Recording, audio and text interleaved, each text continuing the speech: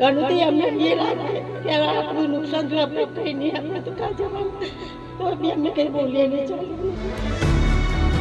નવસારીમાં પૂર્ણા નદીએ રૌદ્ર સ્વરૂપ બતાવતા સમગ્ર શહેરમાં જળબંબાકારની સ્થિતિ સર્જાઈ હતી. જોકે ધીમે ધીમે પૂરના પાણી તો ઓસરી ગયા, પરંતુ લોકોની મુશ્કેલીઓ ઓછી થવાનું નામ નથી લેતી. એક તરફ પૂર્ણા નદીના પાણીએ લોકોને હચમચાવી દીધા છે, તો રડતી આંખોના આ દ્રશ્યો નવસારીની સ્થિતિનો ચિતાર વર્ણવી જાય છે.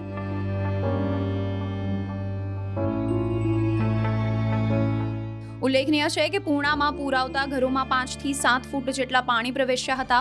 કોઈની ઘરવખરી પલળી ગઈ, તો કોઈના વાહનો, તો કોઈની દુકાન પાણીમાં પલળી ગઈ છે. 24 કલાક પૂરમાં વિતાવ્યા બાદ આજે જ્યારે નદીના પાણી ઓસર્યા, તો લોકોએ પણ હાશકારો લીધો. સવારથી તંત્ર અને લોકો સાફ સફાઈ અને કાદવ કાઢવામાં લાગ્યા, પરંતુ પાણી ન આવતા લોકોની માથે આભ ફાટી ગયું હોય તેવી સ્થિતિ સર્જાઈ. અને નદીના પાણી ગયા પછી સાફ સફાઈ માટેના પાણી માટે સ્થાનિકો વલખા મારતા જોવા મળ્યા. અનેક જુગાડ કરવા પડ્યા. કેટલાક સ્થળોએ લોકો ઉપરથી પડતા પાણીને પ્લાસ્ટિકમાં ઝીલી લીધું હતું.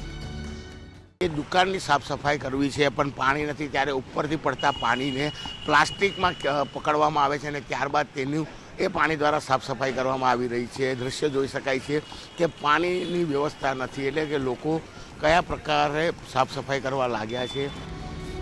લોકો પાસે તો ઠીક, પણ પાલિકા પાસે પણ પાણી નથી અને 300થી વધુ કર્મચારીઓ પાણી વગર સફાઈમાં લાગી ગયા છે.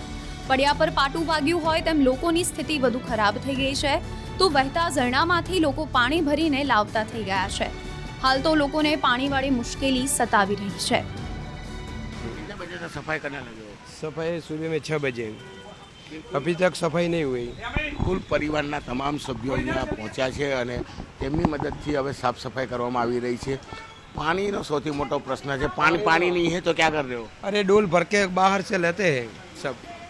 पानी છે જ નહીં, બહારથી લાવે ગમે ત્યાંથી, કોઈ આજુબાજુમાંથી પાણી. સ્થાનિકો સાફ સફાઈ માટેના પાણી માટે વલખા મારી રહ્યા છે, તો ડોલ ભરીને દૂરથી પાણી લાવીને ઘર હોય કે દુકાન દરેકની સાફ સફાઈ કરી રહ્યા છે. તમે જાતે સફાઈ કરવા આવ્યા છો? જાતે જ આવીએ ને ભાઈ, અમારી દુકાન છે તો અમારે જાતે જ કરવી પડે. નગરપાલિકાવાળા કંઈ ધ્યાન દેતા નથી. બરાબર આ ટાઈમે એ લોકોએ આવી જવું જોઈએ અહીંયા ગાડી, કે કોઈ પાણીની સગવડ નથી. અને નગરપાલિકાવાળાએ જુઓ તો એ લોકોની આ નિદરકારી છે, જે પોતે એ લોકો આવીને અહીંયા ગાડી અમને સપોર્ટ નથી કરતા. નગરપાલિકાની સુવિધા નથી, કારણ કે લોકો પાણી ઉતરતાની સાથે સફાઈ શરૂ કરી છે, પણ સૌથી મોટો પ્રશ્ન છે પાણીનો. કારણ કે કાદવ અને કિચડ તો નીકળી ગયા બાદ દુકાનની સફાઈ કરવા સૌથી પહેલાં પાણી જોઈતું હોય છે. ઉલ્લેખનીય છે કે નવસારીના રહેવાસીઓ સ્થાનિક વહીવટીતંત્ર સામે સવાલો ઊભા કરતા નજરે ચડ્યા હતા, તો કેટલાક લોકો અપને હાથ જગન્નાથ માનીને પોતાની દુકાનોમાં ફરી વળેલા કાદવ કિચડના સામ્રાજ્યને દૂર કરતા કેમેરામાં કેદ થયા હતા. તો ક્યાંક આંસુ સારતી જિંદગી પણ પોતાની આપવીતી જણાવતી નજરે ચડી હતી. પૂર્ણાના પાણીએ અનેક વિસ્તારોનો રોટલો છીનવી લીધો હોય તેવા દ્રશ્યો પણ જોવા મળ્યા હતા. આમાં દુઃખ છે ભાઈ, જિંદગી પણ અમે કાં જઈએ. દર વર્ષે આ બધું અમારું નુકસાન થાય. લોકો પાણી આવે તો પછી પૈસા બી નહીં આપે અમને, પૈસા બી કંઈ નહીં આપે. લોકો પૈસા ખાઈ જાય, અમને 5 રૂપિયા બી નહીં આપે.